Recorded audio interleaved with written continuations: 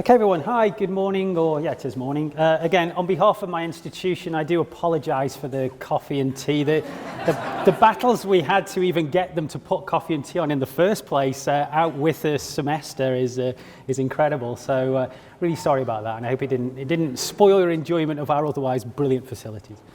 I've got to say that in my corporate position as advertised up there. So what I thought would be good to talk to you about today, I mean, I've kind of got, I suppose the phrase two loves in big quotation marks in my career are really violent interactions between individuals. I'm a forensic psychologist by training and spent many murky years back in the early 90s, yes, I am that old, working in secure forensic mental health.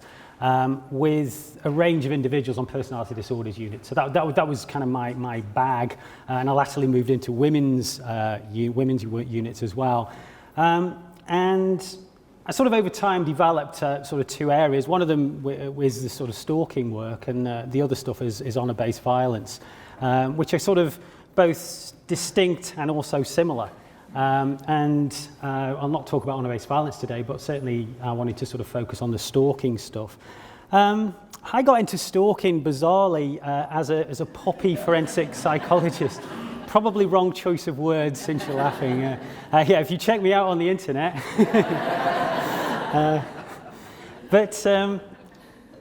The reason I got into this was it is a strange story, and I like to regale people with this because it sort of puts up two things. When you're a puppy forensic psychologist, you're going to change the world, you're going to make all your clients better, and you know everything's going to be perfect after they've spent 2 days with you and so on. And then 2 years in, you realize that the world's bad, the people you work with are evil, and it's really problematic, and you start to get cynical. Which is the reason I don't do that anymore, incidentally. I realised it wasn't the thing to do. But one client I particularly had, and it was working with women clients, was a woman who developed a very powerful, and those of you who sort of were aficionados of the stalking literature, erotomanic fixation upon David Beckham, of all people, the footballer. And she, part of the characteristics of erotomania is this kind of deep-rooted love for a third party, but the interesting, wonderfully interesting clinical feature of it is that the belief is that the other person is attracting you, that you're a kind of powerless pawn being drawn to your target, as opposed to the reality whereby you're the person who's pursuing them all over the place. And her story was that she was at Manchester Airport in the north of England and she was walking through that at the same moment that Beckham came along. And he looked at her, glanced across, obviously purely randomly, you know, because lots of people look at David Beckham. But their eyes met, and at that moment she knew that they were together, that it was love. It was absolute love, totally all-consuming, life-changing love. And this woman, with no previous prior convictions, no obvious mental illnesses. I mean, in old money it used to be called de Clerambault syndrome. You know, something that comes almost out of nothing. Began pursuing David Beckham, and she'd basically been in and out of prison with this because Beckham would take out, you know, she'd turn up in the garden of their home and Beckham would call the cops and then she'd get arrested, and they had all kinds of at the time the legislation in the UK was a bit hazy about what stalking actually even was. So they would do her on kind of trespass laws and all kinds of weird and wonderful laws. But Beckham had a lot of money and he was able to pursue the prosecutions.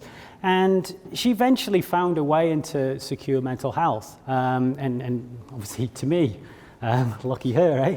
And we sat down and she told me all this story and I was intrigued. I was absolutely intrigued by it because it was totally different. It's a very, very rare syndrome, it is.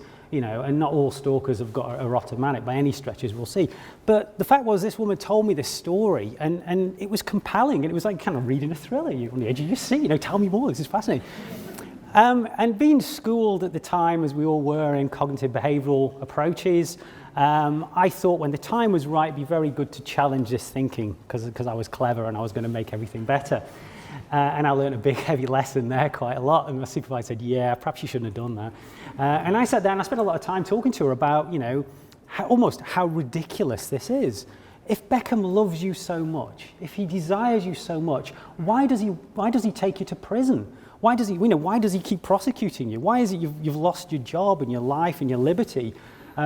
because he's the person that's giving evidence against you, and he wants to, basically wants you to stop doing this. And her answer to me was, and I hadn't got nowhere to go, right? I learned a big lesson on that is, as you do when you're working with people, I'd got nowhere to go to her answer. She said, because it's a test of my love. And if I come through all of these challenges, it will prove to him even more of how deeply I love him. You can't win on that, can you? It's like when your kid says to you, I have to ask you 5 why questions, and you hit the kind of why wall where there just isn't an answer because it is. Right? And, it is the same point. And I got nowhere to go. Okay, you learn a lot of lessons about how you use language then, don't you? You don't give people that opportunity. But I thought, gosh, this is it. This is almost an unchallengeable conviction. And over the years, I came across other stalkers, and I did a lot of work with the police, working on stalking in particular. And we found many, many people that weren't erotomanic in the same way, but had this deep-rooted conviction that absolutely what they were doing was right. And they're interesting and they're fascinating, and at times resulting in violent offences directed towards them people. And as I came to learn latterly, even later, a lot of this is highly preventable.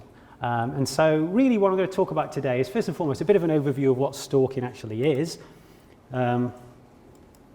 Okay, this could be a short talk if this doesn't move forward. There we go. So thanks for listening. What stalking actually is, for those of you who are not sort of schooled in the stalking world. Talk a little bit about threat assessment. It depends where you are in the world, whether you use terms like threat assessment, risk assessment. The Americans love the term threat assessment, and I do a lot of work in the US, so therefore I use the term threat assessment. But, risk assessment sort of sits there, and then there's debates. I'm not going to get into the debates about the difference between the two and all kinds of things like that. I'm just really, the focus here is to talk a little bit about how stalking can actually be a risk factor for violence, how it might lead to violence, and how the fact is we can actually identify some of those cases that are likely to lead in that direction and what those implications are. And I'll talk about, just because I want to blow my own trumpet a little bit, you're an audience, you're trapped in here, is I'm going to talk about the development of a stalking threat identification checklist that we put together and tell you the story of how that operated. With a bit of luck, we finish for lunchtime, but if not, you've got all day, so, I got nowhere to, I've got a meeting at 2. Beyond that, I'm okay. Okay, so stalking, what is it? Lots of debate in the literature. Many people have got slightly different views and so on. I mean, in a sense, the National Institute of Justice in the US has a model code for stalking, and this is the definition they use. It's probably the least controversial. It basically captures what it's about. It's this pattern of behavior. That's critical. It's not just turning up at someone's door, and saying, I love you, and handing some flowers and they never see you again. That's not stalking. If you do it again, the second time, within most legislatures, you've actually a stalker if the person doesn't want it and they feel scared. Okay? But the fact is, it's a pattern of behavior. It's repetitive. It's doing stuff. You might use various tactics in trying to approach someone, but the bottom line is you have a target and you kind of pursue them, for want of a better term. But one of the key features that means that that's not just harass, because there's this distinction between harassment and stalking. Harassment is harassing somebody, so doing that same behavior without the element of fear. As soon as fear comes into it, you generally hit the target for most legislature's definition of what stalking is. It has that element of victim fear. Of course, we can talk from a criminal justice perspective about how we define fear. And that really is an open question, isn't it? Because victim fear is, or target fear, whatever we want to call it, is really, really difficult to pin down. We often, in the UK's Protection from Harassment Act, they use the term the reasonable man test or the reasonable person test. That a reasonable person in this situation would experience fear as well. But where does fear come? I mean, I've been involved I've worked with the police in cases rather than involved in, cases where, you have a woman who receives a single red rose and is utterly terrified. Would a reasonable person feel, threatened by that? Well, of course, there's a big context that surrounds it. Clearly, if that's your ex-partner and he spent the last 10 years beating you up, then you manage to get out of the way, the guy finally finds you and then sends you a single red rose, you've got every reason to feel terrified because he's found you again. Okay, but if it's, the second red rose you've received or the second gift you've received from some unknown suitor, where does that sit? And it varies across individuals. Some people think it's great, they see it as a mark of, hey, look at me, I've got a stalker, Other people are utterly terrified by that, and all stations between. And so there is some relativism about the individual's concern and what their reaction is. But it's a broad thing. I don't want to get too much into the definitions, but that gives you a broad sense. And this list here, and apologies for I was visited by the muse when I wrote this slide, so it's clearly rammed with information. What's listed up there are the ways, or shall we say, the most common, more or less in order of commonality, of ways that stalkers stalk people, okay? Now, the thing is, they're wild and varied. I mean, it's a wonderful, wonderful exercise in criminology as opportunity as stalking is, isn't it? When I started working in this thing, stalkers used to use stencils, right? The old stencils, cut out letters that you used to write in because nobody could afford a printer, yeah? Or letter sets, remember them? Rub down letters, yeah? They'd use things like that, cut out newspaper stuff, right? So you couldn't recognize the handwriting and you couldn't trace it, Those were the good old days when people used letters and so on, right? I have not come across many stalking cases in the last 5 years that use letters. Emails, absolutely. More recently, Twitter, Facebook, Instagram stalking, all kinds of sort of technological methods. So clearly, as technology advances, we get much more better and efficient ways of stalking people. Looking at the one sort of down the bottom there, use of positioning systems, it's entirely possible. I hear, the Americans have got real problems at the minute of people identifying other people's locations using, the phone apps that are supposedly usable to keep track of your friends so you can avoid them, or keep track of your kids, Just hacking into those so that you can actually keep track of your target and so on. So there's a range of different sort of ways and means of pursuing somebody, and really it's as broad as your imagination, isn't it? I mean, it's, there isn't a sort of hard and fast methodology to stalk, but those are the tactics. Now, clearly some things are way more threatening than others. If somebody, phones up and threatens to kill you, sends a bullet through the post. Case we worked on one time was somebody sent a pig's tail through the post to somebody, which is bizarre to say the very least. But all of these kind of strange and wonderful ways of contacting people, again, depending on what they are, the fear levels can change. I think one thing that's kind of interesting to me looking at this now is when I think of a lot of victims come forward and they talk about being stalked on Facebook, for example, and the absolute fear and terror that generates. And I come from a sort of earlier generation where computers were an option, they weren't a necessity. And so consequently, in my view, very often, it might be, I've got this gut, when you work with victims, obviously you don't say this because that would be acute insensitive, but I've got this gut feeling that says, well, just switch the computer off, come on, what's wrong with you? And yet, of course, for individuals, how that sits in your life and how you define yourself and how your identity is formed through those use of those things is clearly just as significant as not having that. And so again, it's quite an interesting way that as technology and the individual, all those things develop, we find these different methods of stalking people and different ways of causing damage to people that move forward. Clearly needs to say, at that point, I don't say to victims, just switch your computer off and you'll be fine. I mean, that's not a good thing to say. We certainly criticise the police when they make very similar comments, and we do find that happening from time to time as well in some work we've done. So those are the sort of, if you like, methods of stalking. How common is it? Pretty common, I think. I mean, in truth, well, there's two things. I mean, as usual in all kinds of criminality, it's mostly women who are victims and it's mostly men. I remember being at a thing, I got invited to this thing at the Home Office once in the UK, and we were talking about how crime could be reduced. And I was sort of glibly said, ban guns, alcohol and men. And if you did that, there probably wouldn't be much crime at all, unless women sort of developed some new methods of victimizing each other. But again, stalking's no different to much anything else. Usually women are the victims. The most likely female victims tend to be young undergraduate students. There are all kinds of opportunity reasons for that. Again, it's one of the few times in someone's life where you sit in great big rooms with other people who can sort of access you fairly easily. So there's those kind of issues sit around. But the numbers in the US are truly staggering. I mean, in principle, you've got there 20 million women and now 6 million men who at some point in their life can experience what would be defined legally as stalking, which is immense. And it has real public health outcomes to individuals, very negative ones. In Australia, we have a similar sort of pattern. In most Western cultures, we get this sort of pattern. It's about 1 in 6, 1 in 90 women, 1 in 90 men. It's pretty much meted out in the UK, Australia, Canada, South Africa to a degree, and most of Western Germany and so on. We did some cross-cultural work a few years ago, and we identified stalking also in other countries. Azerbaijan has a similar stalking rate, strangely enough. We find the United Arab Emirates doesn't have stalking at all, apparently. But again, there are very powerful cultural reasons why that's the case. People will argue that very rarely would men and women be allowed unchaperoned to be together. Therefore, it diminishes one of the possible reasons why people stalk other people. So there are cultural things, but we find this similar outcomes in Pakistan and so on. So it may be, and some writers have written on the topic, that stalking may well be part of the human condition, in a sense that, in particular, if you're pursuing a relationship or maintaining a relationship, it may well be this kind of selected for genetic thing, that you have to, the old phrase, faint heart never won a fair maiden. The idea that if you give up too soon, you're never going to get a relationship. So, one of the issues in stalking is, of course, how far is too far? There is a socially acceptable sense of pursuit in the pursuit of a relationship, isn't there?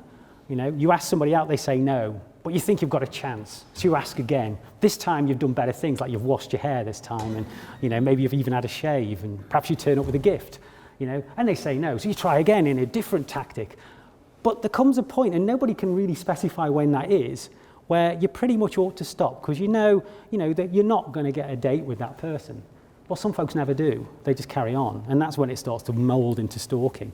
So there is an element where socially we say this is okay for a bit, and then it becomes not okay.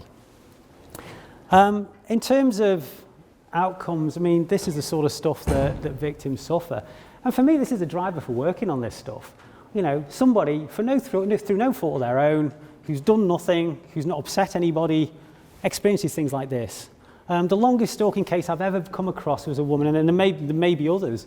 75 years she was stalked by this guy. Bless her, she was 96. And this bloke was a guy she'd had probably half a dozen dates with back in the 20s, I think. And this guy, who also lived to a ripe old age as well, had been stalking her for this entire time, and it had become part of her life. Yet, and she was part of that generation of stoicism where you went, well, life's hell, but what the heck, you've got to carry on. She shouldn't have to put up with 75 years of this stuff, and the character that was doing it, he was almost unconvictable in the end because he was so old. But nobody had bothered. And it was so part of her life. She only ever came forward when it was kind of on the news in the 90s, and sort of saying, oh, I've been stalked. She thought that was the way it was. That's what life was like. But the anxiety, pervasive anxiety, we've done some work. We found people are showing it's not called post-traumatic stress disorder because it doesn't meet the clinical outcome, the clinical definition of it. There isn't a single, defining event. But when we've given victims of stalking, for people who've been stalked anything from 12 months upwards, measures of PTSD, and we find PTSD symptomology in these people, intrusive thoughts, fear, lack of ability to sleep, concentration being disrupted constantly. And that impacts on your work and impacts on your day and your life. We find anger, pervasive anger amongst victims. Really, when you get them talking, even if people have been stoic about it, they get so cross. Why is this scumbag doing this to me? Why the heck? Social dysfunction, severe depression, and then somatic symptoms, all the stuff associated with high levels of stress and anxiety. So stalking itself is a public health problem as well, because it impacts on people from a public health perspective. And a lot of the work we've been doing recently is talking to the public health world about stalking. The people who work in criminal justice have been aware of this for years. But, when you talk in public health terms, what about public health interventions we can do to try and minimize stalking as well? No, I keep pressing the wrong button. Here we go. Yay. Some work just on types of stalking. There's been loads of typologies of stalkers written. It's a good way of getting a publication, to be honest. Come up with another typology of stalking. And if you write a lot, you get a book to print on it. But Mullen and others from Melbourne did a lot of the early work in the early 2000s, looking at trying to come up with typologies. What they were kind of looking at was dangerousness, to see if there's a particular type of stalker that was particularly dangerous. Those of you who are sort of aficionados, and I guess most of you are in the field you work in, of things like sexual violence, you notice the predatory stalkers always exist, just like the predatory rapists, right? The predators who tend to be psychopathic, who tend to just do it because they love it.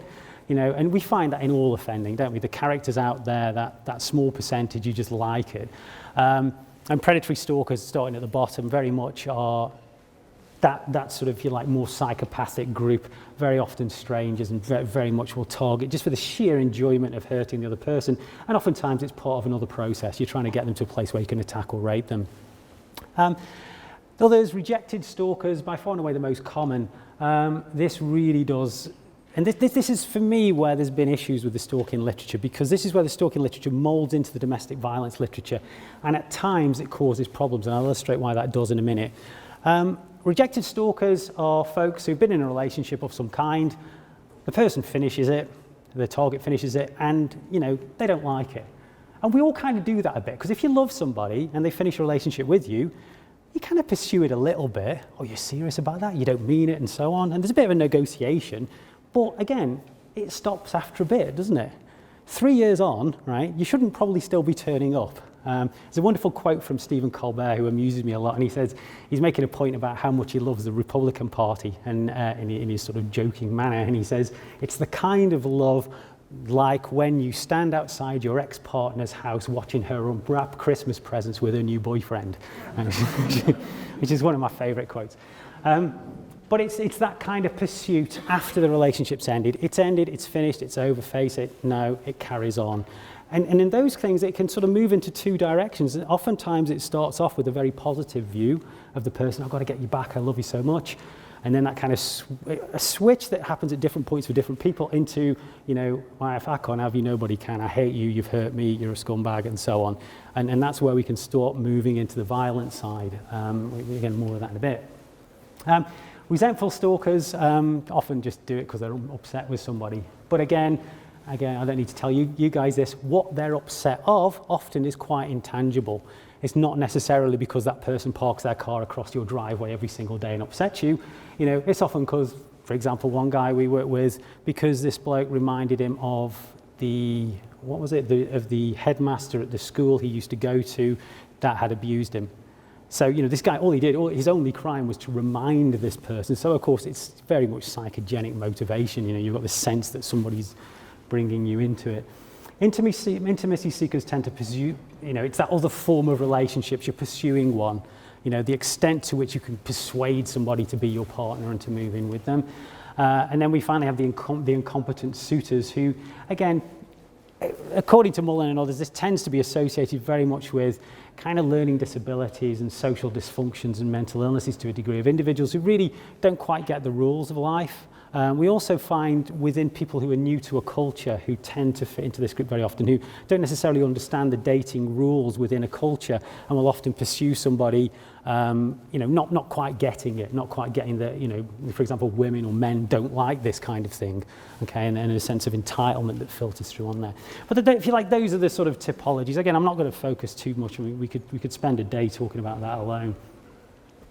One of the things that I do sort of want to push, and I do find important, is this, that it's very, very easy with stalking, and I do most of my work I do with police, and it's very, very easy for a sense to be that what possible harm can this do? All they're doing is hacking your Facebook account and sending you a few emails, and well, actually, not all stalking involves violence. Most stalkers threaten, they absolutely do. Most stalkers at some point will threaten somebody. Not necessarily at the level of I'm going to kill you and all your family, but they will make threats. But the vast majority don't go through with them. But what we find is about, and it depends on the source, but between 25 and 35% of stalking cases ultimately result in violence of some kind. Now, most commonly, it's when the stalking follows the breakup of a domestic romantic relationship.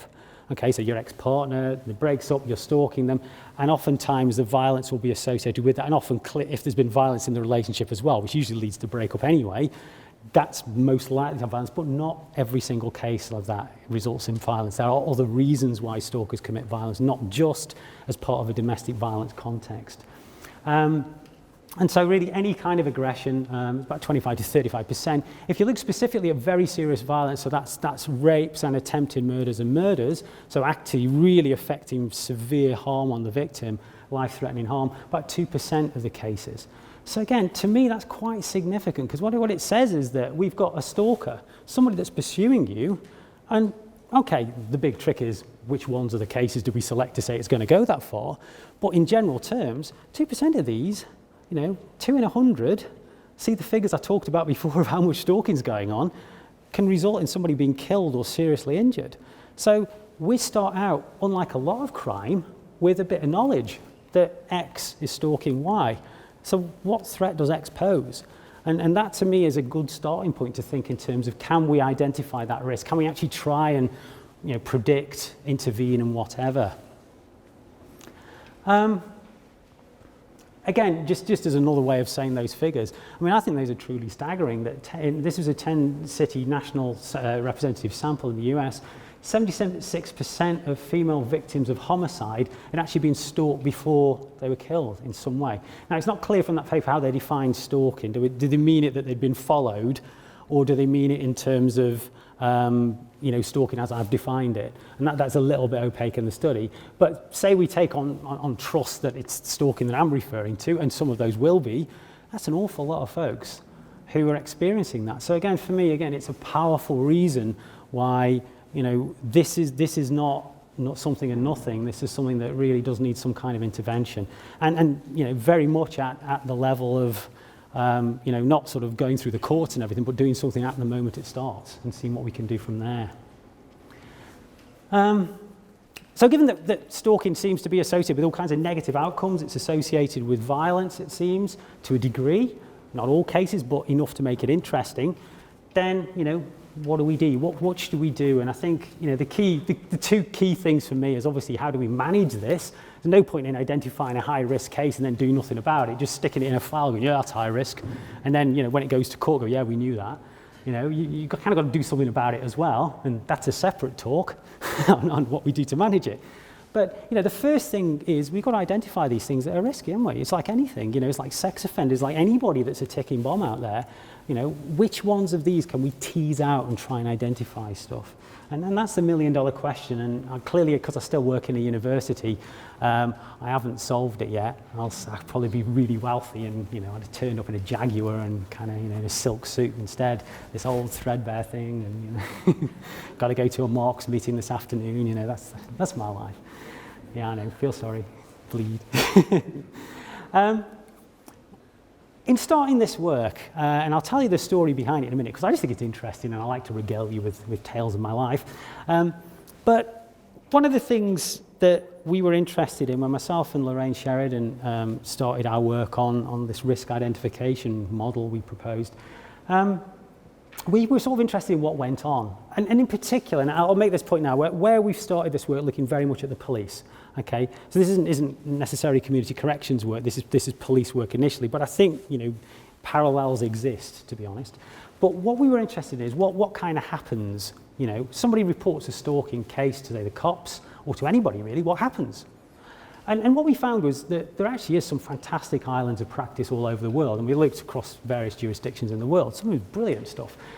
Places where they've got systematic approaches to management, right, where staff training is integral. All staff are made familiar with what stalking is, its characteristics, its risk factors, and it goes across for everything, rape, child abuse, etc. There's a long list of training and focus. They use evidence-based risk and risk identification systems and risk mechanisms. They have a clear protocol for if you identify somebody at high risk, what the reporting systems are, who does what do we then do for that victim, how do we then prevent that offender, do we refer it to community corrections if this guy's an ex-offender, or is it, the stalker finds their way into court, what happens to them? Do they go to jail? Well, so with stalking, you generally don't get big, heavy time in prison. Oftentimes it is a community sentence, so the person comes to the community. What happens then? So there's places around the world where all of this is this wonderfully integrated process and suggestions about what should happen and how it should be functioned and created and so on. However, there's an awful lot of places where there's poor practice. And in the US, the NIJ did a wondrous survey, a lot of work with those, and these were interviews with police in particular about how they dealt with first responses. Okay, now as I say, in islands of very good practice, there was a sea of not, and these are some of the comments that came out. This is not our problem. Okay, this is between you and your ex-partner, or it's kind of where domestic violence was in some respects maybe 10 years ago, 15. This is work that was done last year, so this isn't sort of 20 years ago when we didn't know as well as we do now. Police can't act unless he attacks you. And that's a common refrain. In Britain, we have, or we had, or we do have, did have, I'm not a we anymore, I live here. In Britain, they have an integrated national stalking prevention and risk management policy, right, that links in community justice, police, prisons, and so on, okay? And we just wanted to know, right, as you do. We're in the UK, so we thought we'd just get a few cops and interview them about it from different forces. Guess what? We got same sort of things, right? This is from a place where they've got this fabulous system. We can't do anything unless he attacks you. There is no legislation to deal with this. Actually, there is. It's called the Protection from Harassment Act, okay? You can actually do something about it. You know, you'll get bored and go away. That's another common one. You know, they always do. 75 years, eventually he's going to get bored, isn't he? You know, an Italian case we were involved with, this guy actually was a telephone engineer, and he holds, unless you know better, the current world record for telephone-related stalking, right? This guy was phoning this woman. The peak of his calls was 3,271 calls in one day, right? Now, bear in mind, he's a telephone engineer, so he's got ways that we can't understand. But, you know, the bottom line is, this guy had, you know, he clearly lost his job, apparently, you know, because he needed a bit of time and opportunity, you know, crime as opportunity. I've got a bit of time on my hands. But, you know, they'll get bored and go away. Yeah, really. And, you know, what do you expect us to do? It's a very common one. But, of course, the concerns that sat around that is we don't know what to do. And also, we're not psychologists, so how can we know anything about risk? And these were the kind of things that we faced and we came across when we started our work. And we were sort of saying, well, you know, it's a fair point. I mean, it's an easy, you know, it's the easy sort of way of saying we don't want to do anything, to say I'm not an expert and, you know, so what can I possibly do? So, you know, how can we create stuff that actually helps? Well, where good practice existed, and this was the case that pertained in the UK until 2010, was that various risk tools were actually being used and were being applied to stalking, okay?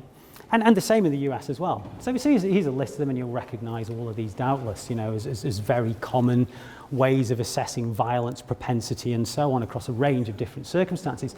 Now, the problem in policing was the cops used to go shopping for risk assessment tools. You go on the internet and you go, right, risk assessment for violence, and up comes, say, the Violence Risk Assessment Guide, right? So you go, oh yeah, that's good. It's got some questions in it. And so what we were finding was often, and this is where the expertise thing was problematic, and I'm not being critical of the police, you know, these were well-meaning people who were trying very hard to do something in an absence of nothing. So they'd get a copy of the VRAG and they'd go, yeah, okay, that looks like it's got some relevant questions. We'll use that as our force-based risk assessment, okay? Now, obviously, as you guys all know, these things are designed for specific contexts, for specific situations where you've got certain levels of information in order to make a reasonable judgment. And very often you need to be trained and qualified in the use of these things. But of course, many of these things were just collected and used. Massachusetts police now use the danger assessment model, which is, and I always forget her name, who's defined this. Now they've used that as their standard model for domestic violence risk assessment, okay, for homicide risk, okay? Now, again, you know, these things have just been drawn on. These are things that people use, and so on. So there's an element of a little knowledge being a dangerous thing, and we found this in the UK this was quite common. But of course, as I said, context is the key. And what was that thing designed for? And was it designed to be used for stalking? Because if it isn't, you can get yourself into all kinds of, you know, senses of false security, can't you? I used what looks to be a really great, you know, for example, the VRAG, great assessment of violence propensity, right? Is it totally applicable to stalking violence? Is it specific for that? You know, it may be, it might not be. But the risk you face is that you sometimes get these things that say, there's no risk of violence at all here, we won't do anything, but it's not necessarily asking the right questions in the context you're in. You know, I mean, I don't need to tell you guys that, but this was one of the issues that we found. So we came up with our idea of what's needed. And we were great, me and Lorraine, right? Lorraine was on the TV in the UK, Lorraine Sheridan, and I was watching this program, and she was saying, there are no violence risk assessments for stalking. And I was watching that, I was thinking, spot on, right on, Lorraine. So I phoned her up and said, Lorraine, we need to do something. She said, yeah. And so we made our list of what it should be like, right? Empirically validated. Because I like them, and we like that, don't we? We talk about evidence-based practice, right? And that's great, because if we've got some evidence, it's nice, isn't it? I mean, David was saying that earlier on, wasn't it? The bottom line, okay, when did evidence and public policy ever come together is another question. But the bottom line is, if you've got some evidence, at least you can have the moral high ground, can't you? Rather than just going, yeah, it looks like a good idea, right? What we wanted to do also, we were focusing particularly on the police, and so we said, well, look, what are the cops? What do they know when somebody reports stalking to you? What are the kind of information that you find out? You can easily find out. Not like deep-rooted, psychological trauma, castration complex and everything else, which may be relevant to stalking, but the cops certainly aren't going to work that one out, really, given that you kind of need to be a Freudian, before you can get there. Okay, so we don't want that in the system, but we want to look at things that are applicable and usable, that you can do quickly. I remember we were talking to the police about designing this. He said to us, don't put any form out that's longer than a page. I said, why? And he said, because no one will turn over to the second page because they're busy, right? But it's a fair point, isn't it? Because where we fail as academics very often is we come to folks like you guys with no knowledge of your context, and we say things like, I've got a great risk assessment for you. Oh, brilliant. Wow, yeah, let's use it. And you find out it's got a 600-page manual and it's got 48 pages with like 900 questions on it, that you really need to think carefully. And you kind of go, have you any idea what my caseload is? Right? I'm not going to be able to do that. So no matter how good it is, it's kind of got to work within the system that you're doing it for. You can't just hand it over. So that was another one. For the cops, we wanted a system we could do which didn't necessarily require the stalker to be present. Because bear in mind, when the cops hear about this stuff, very often it's an allegation. An allegation you can't necessarily arrest for. You kind of need evidence, right? Well, in some jurisdictions you do, but certainly evidence is a good thing to get, right? So we didn't want a system that, like a lot of the clinical stalking risk assessments, you've got to have the stalker in front of you, and it's a detailed clinical assessment of that person. That's fantastic if you're talking about parole, but if you're talking about investigation and prevention of violence in the community, it's a different set of questions. And it's got to be operationally usable, as I mentioned. Do they exist? Yes. Like that? Yes. I wanted to animate that and just spin it around a bit, but I couldn't do it, so I'll do it myself. We developed one, and I'll tell you the story about that, just because I just think it's an interesting story. You may disagree, so there's a couple of pictures in here which can divert you, but what we wanted to do was to say, with those criteria at play, we wanted to think about, can we develop this stuff? And we aimed this at law enforcement because in the UK at the time where we both lived and were based, there were issues. And I'll explain the issues now and how it goes. The context for this work, so I'd seen Lorraine on the TV, and I knew Lorraine anyway, 2007, early part of 2007. We should do this. So we went to see the Metropolitan Police and we said, everything I've just told you, same presentation, well, not the same presentation, but that kind of argument, right? This is a problem, we need to do something, here's our ideas, this is what the system should look like, and we're sensitive to the policing context. And they went, yeah, we've got a lot of risk assessments, and at the minute we use the CARDA model, which was designed at the University of Cardiff for domestic violence. That's our model, okay? That's what we use, we're not going to do anything else, it works fine, okay? Fair enough, right? We pitched ourselves, they said no, we went home. And then about 3 months later, a young woman called Claire Bernal was murdered. And she was murdered in probably the most public way it's possible to get. She worked behind the perfumes counter in Harvey Nichols, which some of you probably know is a great big, very high-end department store in Chelsea in London. And a character called Michael Heche turned up with a handgun, put 4 bullets into her head in the middle. This is midday, one Thursday, 4 bullets into her head, and then everybody was stunned, and he just turned the gun and shot himself as well through the head. So that's about as big and public and press interest as you can possibly get. Okay. Press the next day is full of all kinds of questions. London's gone mad, crazy killer, shooter, so on and so forth. No idea why this has happened, but of course what the press does is starts to investigate, and they find interesting stuff. And the stuff that the press find, and this is the front of the Daily Telegraph test, isn't it? Is it going to make the front of the Daily Telegraph? Absolutely spot on it is, right? Because this is what they find out, okay? That Heche actually had a relationship with Claire. He'd fought in the Yugoslav wars, The handgun was one that he'd brought back from Serbia. He's a Serbian, he'd brought back from Serbia and kept it, so he managed to get that into the country. He had a pretty heavy cocaine habit. He was taking a lot of coke. He'd met her and he'd sort of had a bit of a part-time job at Harvey Nichols, which he'd got sacked from. He'd met her, sort of asked her out, and he was an attractive enough athletic guy. She'd said yes. They'd gone out on, I think, 2 dates, 3 dates at most, and she'd ended it. She'd ended it for what she told her mum, and I know Trish well, who she's a mum. He told her mum that, you know, like this guy, she told him that this guy's a bit weird, right? And it's because he was using a lot of cocaine, so it was a bit odd, and she'd never seen him take the drugs, but he was, you know. So she finished with him. Anyway, pretty much immediately after he started following her. So she'd leave work and he'd be standing across the road looking at her. He'd approach her. He was making repeated telephone calls to her property. He was sending her letters, lots and lots of text messages. We didn't have Facebook in those days, so there wasn't any of that going on. So there's no internet stalking. But this guy is stalking her, right? It's repetitive. It went on from probably, it would have been about the January actually. So it was about 2 weeks since we talked to cops, right the way through to the March. So 2 months of this. And after a while, first she'd laughed it off. She told him she wasn't interested and so on. In the end, he carried on. But in March 2007, he sent her a text message where he threatened to kill her. And that was the last straw for her. She went to the police and said, this is what's happened to me. Gave them all the information.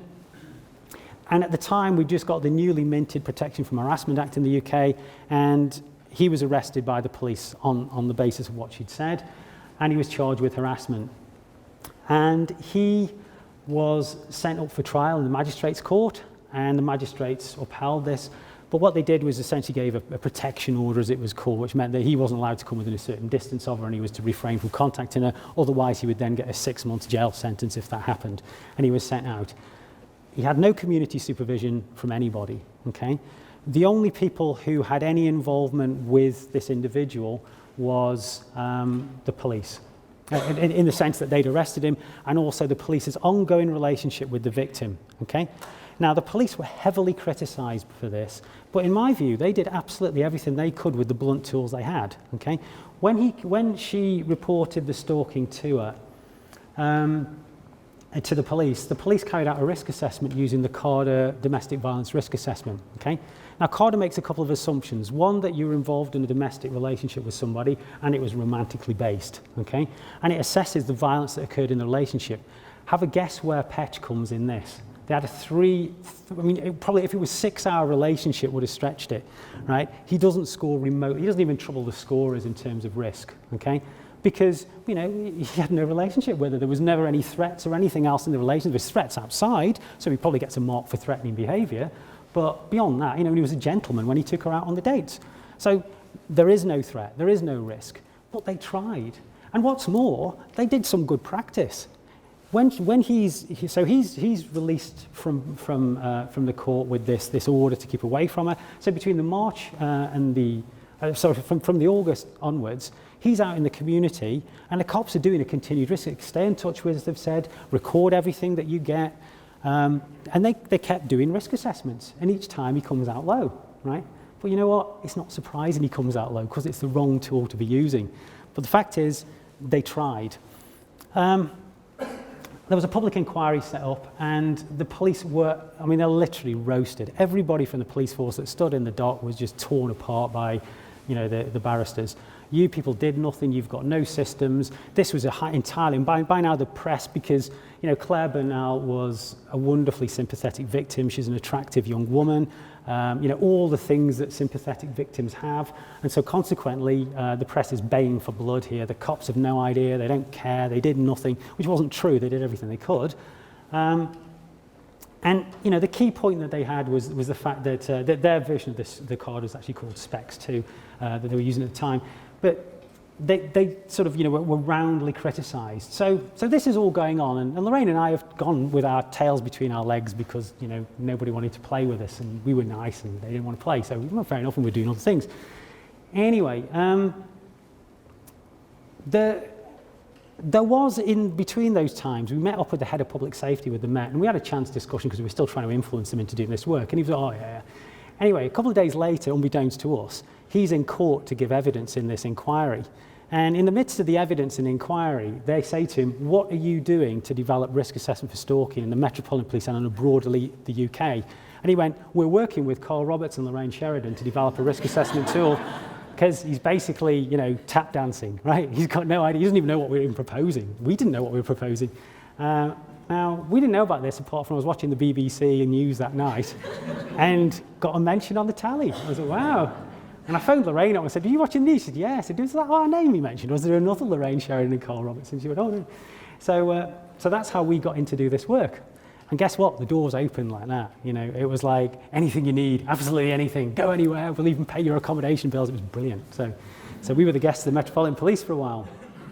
But not for that reason, obviously, for the other reason, good work. So we've got this sort of wish list of things we wanted to do, you know, and our wish list was empirically validated, and then all the things I mentioned before about usability, about, you know, being specific for the context, and there was wonderfully, you know, sometimes the stars align, and wonderfully there was a political desire to do this stuff. So what for us, we said to them, you know, look, this isn't going to be like, you know, just throwing, you know, sitting there and pulling something out of the backside and going, this is our risk assessment. You know, what we wanted to do is build it up from nothing. So we had 3 phases to the work. The first one was to identify those factors associated with violence, with stalking violence. Now, as it happened, we'd been doing a great big survey, particularly run by Lorraine, of stalking victims worldwide. And we'd put this enormous survey out that asked them literally, I mean, it was one of those ones where you just put every question you could even think of into it. And we should, and it was all about their background, their experience, whether they had violence, what kind of violence, and so on and so forth. And it was a big online survey. So we had something like 16,000, 17,000 responses to this survey. So we had some decent data to start doing some good regression work with it. So we could start to identify factors that might be associated with violence and severe violence. We were mindful, of course, about, you know, the usability and the context. You know, we couldn't have a questionnaire, a risk tool that went longer than a page, right? That wasn't allowed. So we couldn't have 55 risk items. We've got to come up with the best ones and the ones that work best of all.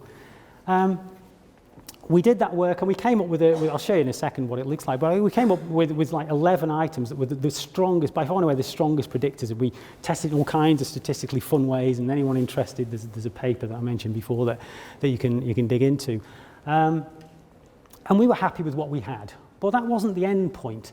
And I think for me as an academic, this is where it, you know, where I think, for me, the big passion is working with industry to sort of do useful stuff, right? To do things, so work with people in industry that says, we've got a problem, well, I've got some skills, industry's got some skills, we work together, we come up with some ideas, right, that might actually be useful. Now, academia sometimes fails because what we do as academics is we do that first phase, and then we go, there's your risk tool, see ya. And we don't care because we've done it. You get your publication, that's the end of the day. And so for us, and I'm not saying we're great or anything, but I think it's just a nice model. You know, we said, okay, well, we'll now work with the police to make this operationally useful, because if we don't, there's no point doing it.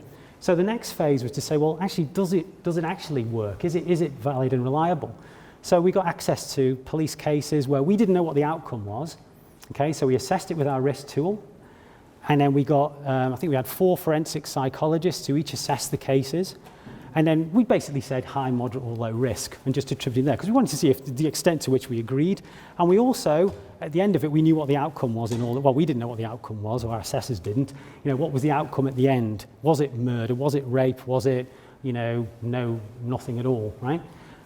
And again, we were really happy because we got about a 94% agreement with the assessors, the risk assessment, and also with the outcome was about 93% agreement. So we were chuffed, right? Because this really was doing what we wanted. Now again, at all those stages, we were doing happy to change it, move it, drop things out, and so on. You know, so it was that kind of mixture between having the optimum number of items that fit within the industry as well as doing the work. And then a final phase 3 was, does it work operationally? Because now we had a great risk tool, we loved it. We could go to meetings with the cops and go, see that? It's got 11 items on it, it's on 1 page of A4, that's what you want. And more importantly, here's all the evidence that says it works. And they were like, oh wow, this is great. But we said, yet, does it work operationally? Does it actually work in the context for which it's defined? Because if it's too hard for them to complete, if it takes too much time, if it annoys them, if they can't see the point of it, it ain't going to work. And also, where do you do the risk assessment? You know, the risk identification. Do you do it at the first responder? Do you do it at the detective level? So we had different models of working out where best to do it as well. And so it went out for 12 months, and the cops give us really good feedback, you know, the usual sort of police feedback about stuff, really, some of which was even printable. And then we were able then to sort of say, well, okay, this is what, so at the end of all of this, and this was part of a much bigger project on stalking risk management in the UK, where our identification tool was then plumbed into the risk management strategy that would come through for the rest of the UK. So it all sort of tied up, and we're all happy. And really, this is what it looks like. It's not that big, obviously, because that's really big, isn't it, size-wise? That was humour there, guys, sorry about that. It's 20 feet high and this way, but it's only got 11 questions. It's like with the cops, you know, you can only sit on one sheet of paper, so you get like a side of A3. There you go. It's got 11 items on it. They're very simple. It's noted, you know, those of you who are aficionados of risk assessment will say this is not complicated risk assessment tool at all by any stretch, right? It's simple, but it was meant to be. And it's meant to be simply because we you know, and it's, at the minute we're reviewing it and we're looking at it and we're trying to improve it and we're doing some modeling with it and all kinds of other stuff. But at the time, the cops had nothing. And what we wanted to give them was something that would actually, if nothing else, when they're talking to a victim, ask questions that they wouldn't otherwise ask. And so, you know, some of the things like, you know, actually saying to the victim, how frightened are you? You know, explain to me how you feel. Because they wouldn't often do that. And, you know, as we know from domestic violence work and all sorts of other ways, one of the best predictors of risk is your victim saying, I'm absolutely terrified. You know, now, okay, we've got a few people who might be very sensitive, but the vast majority of folks are pretty reasonable. And, you know, for us, the bar's pretty high, really. For a stalking victim to go to the cops and say, I'm being stalked and I'm scared, you've gone through a pretty lengthy process. It's usually on average about 3 to 6 months of stalking experience before you even go and tell anybody about it. You know, so they're pretty much, you know, they know what they feel. So that's what it is. Anybody who's interested in that wants a copy of it, you don't have to pay for it, it's free and everything, and we'll more than happily send you that. I'll send you the paper to read as well if you want. It's great stuff. If you're suffering from insomnia, put it on your bedside table, you'll be fine. It'll take you 3 minutes and you're out. That's what it looks like. I mean, I'm not going to dwell on it, but the key point for us anyway was that we actually came up with something that seemed to work. It was then used by the cops actually, as we said, operationally, to reasonable effect. You know, now I'd love to stand here and say there are now no more stalking-related deaths in the UK. This stuff would have stopped to it, and finished there, and everyone will go, "Wow, aren't you great?" You know, this is not true. Of course not. You know, it depends on a lot of factors, doesn't it? It depends upon the motivation of people to even do it in the first place. You know, you've got a tool that sits there, but it's only as good as the desire of the people to actually use it. We can't make people do things. Luckily in the UK, we've got the Association of Chief Police Officers, so they policied this stuff. So they can say to all police forces in Britain, this is what you will do, and this is how you will manage stalking, and here's a manual that tells you what to do. Point is, police forces will say to differing degrees, okay, yeah, great, fantastic, or, you know what's too hard, or, and then at the front end, you know, it just depends entirely. You might even know the whole process, but if you don't care about it, you don't do it. So there's still variation in practice. It's better than it was, but it's by no means perfect by any stretch of the imagination. But it's what they use now, and it's, you know, we've got to revisit it actually because we want to evaluate it over now. It's been 4 years now that it's been implemented, so we really want to see to what extent it's still working and whether it is applicable and so on. What else are we doing with? What else happened with it? Well, it was never originally designed for victims at all, right? And we were purists. We were psychometric purists. We said, no.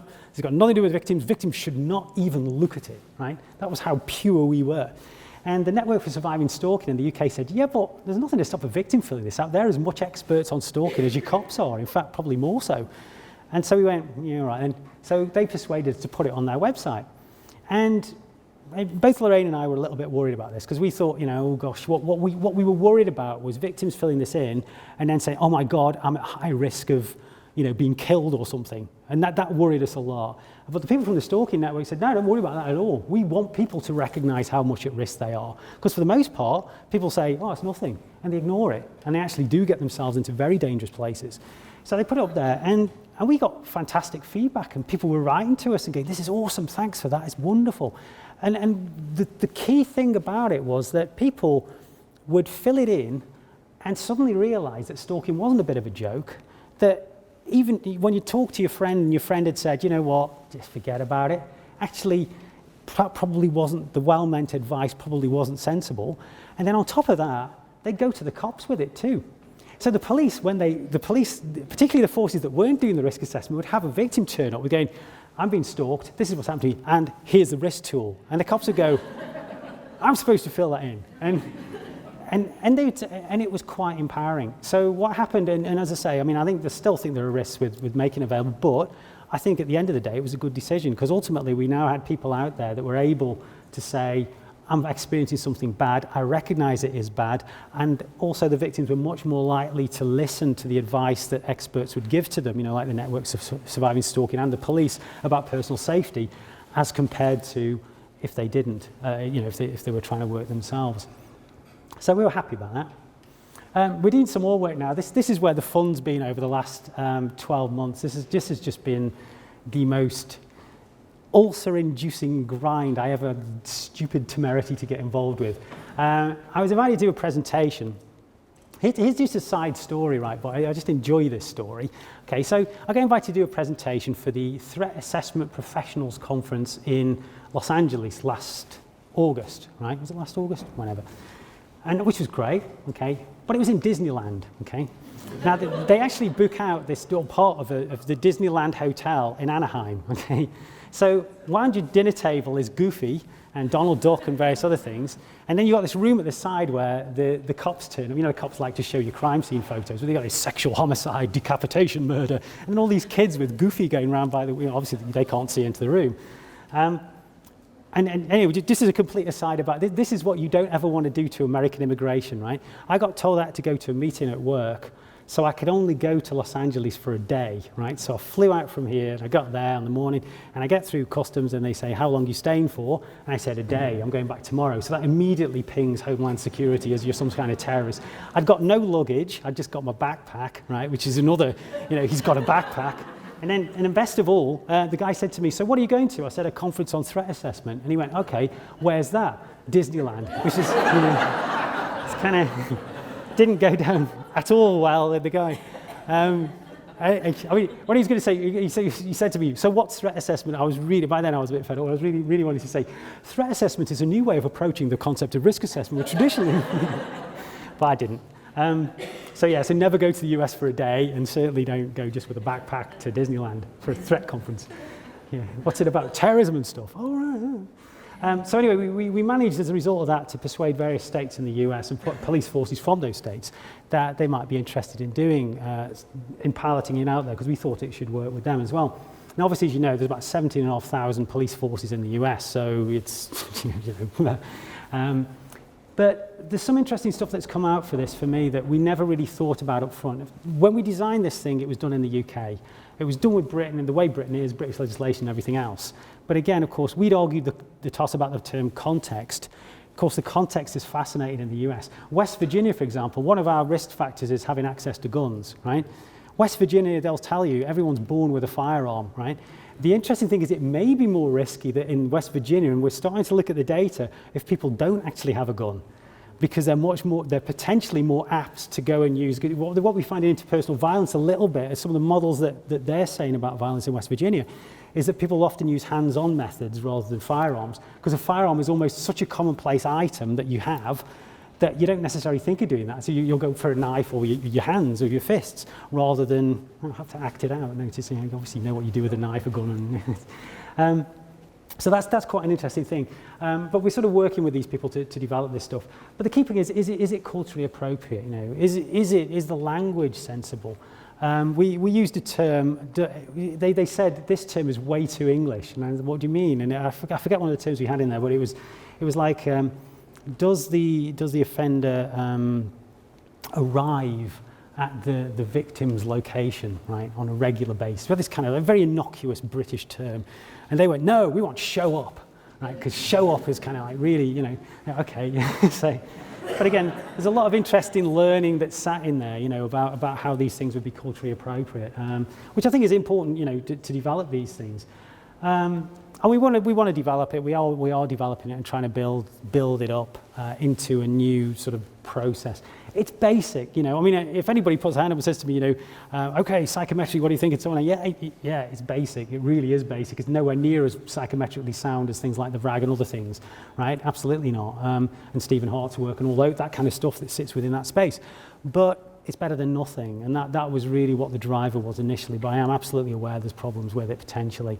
And we're also sort of working on sort of trying to develop risk management, because I think that is the key, isn't it? It's not, you know, in a sense, risk management is probably even more important than risk identification, isn't it, in some ways, although the two absolutely go together. But having a process to deal with it is pretty much fundamental, and I think that's the key. Certainly we find in Massachusetts. Minnesota, interestingly enough, St. Cloud, Minnesota, right, absolutely out in the middle of nowhere, probably the most exemplary practice of counter-stalking work in the world, I would argue, right? Population 240,000, okay? But they're brilliant, and they have a fabulous integrated system. Some would argue they can do that, because, you know, it's not like New South Wales, it's nowhere near as big, it's smaller, you know, it's tighter, all the agencies occupy buildings within 50 yards of each other, you know, so it's wonderful and nice. But theirs is best practice, and you know what? One of the issues that we're thinking about working with them is how you can then translate that into bigger jurisdictions. You know how I mean, in their sense, how we can translate it to Minneapolis.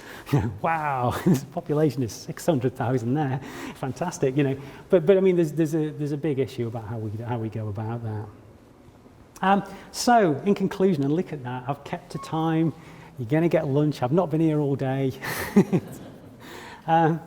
In conclusion, I mean, a bit of a whistle-stop tour. I think there's a couple of things that come out of that. I mean, obviously, one of the things that sort of drives the work that I and others that we do is this notion about sort of industry partnerships and working with, you know, in the fields that we know stuff about, you know, working together to develop stuff. And you know, anybody who's interested from you guys who wants to talk about risk assessments and developing stuff and everything like that, we're absolutely open to it. Because I mean, in truth, this methodology works for anything you want, you know, sex offenders, people, you know, whoever, really, you know, people that we don't like, as David was talking about. Let's have a risk assessment for them. So identifying people we don't like most of all, whatever. But you know, the point being, what we want to do is build that together, you know, and build those sort of links. And this was an example of doing that. I mean, the bottom line with stalking is, you know, it isn't a joke. It's not something and nothing. It isn't a particular type of offending that's a badge of honor. I've done some work with celebrities, and many of them do think it's a badge of honor. And you know, it's frightening, because being a celebrity doesn't protect you from bullets, knives, and explosions, right? But folks will believe that. You know, well, do you know who I am? You know, it's like, yeah, that's why he's stalking you. He knows who you are as well, and he knows where you live as well. You know, and I think the key is having that sense that stalking is associated with violence. It isn't a distinct nothingy crime. I think the key about is management and how we manage it and how we integrate risk identification together. And as I say, I would argue very strongly, and even for you guys in your practice, you know, you start identifying stalking behavior. I would argue it's a factor to very much flag up. It's not something to ignore, absolutely, and I'm sure you wouldn't. But, you know, I think it's something that is pretty fundamental, really, and it's highly dangerous behavior. It's highly repetitive. And folks often, even the offenders, find themselves trapped almost in a spiral very often clinically, where they struggle to disconnect from it, and they struggle to understand the impact it's actually having, like many other types of offending. You know, so we do have issues there. I'll leave you with a story, actually, an interesting stalking story. There's a friend of mine who actually bears the same surname as a famous British actor. So he's on the radio, and he's doing this talk all about stalking. And about a week later, he starts getting these letters from this guy expressing his undying love for him. I love you, you're fantastic. I want us to be together. It's written in the stars, and so on. And this friend of mine is kind of, right, okay, this is a bit dodgy. And this kept going on for about 6 months, until this friend of mine appeared on the radio again 6 months later, and he, about 2 days after that, got a letter of apology from his stalker. Dear, I won't give his name, but dear Dr. blah, blah, I do apologize. Recently, I've been sending you a series of love letters. However, I realize that you are not, in fact, and for want of a better phrase, we'll say the name is Daniels, right? You're not the Daniels that I thought you were. The Daniels who's actually starred in such films as blah, blah, blah, blah, blah. I appreciate you actually are a forensic psychologist who has never been in any films at all. Apologies, I will not bother you again, which is just quite nice. So that's the kind of quality stalker you get sometimes. But he said to me, he said, I can't help feeling slightly betrayed that even my stalker didn't want anything to do with me after a while, you know. But the bottom line is, I think, you know, ultimately what we have there, it seems to work well, at least in the UK. It may work in other places, and certainly, you know, anybody who's interested in talking about all things stalking or other things, feel free to get in touch. I'm happy to. Thanks for listening, guys.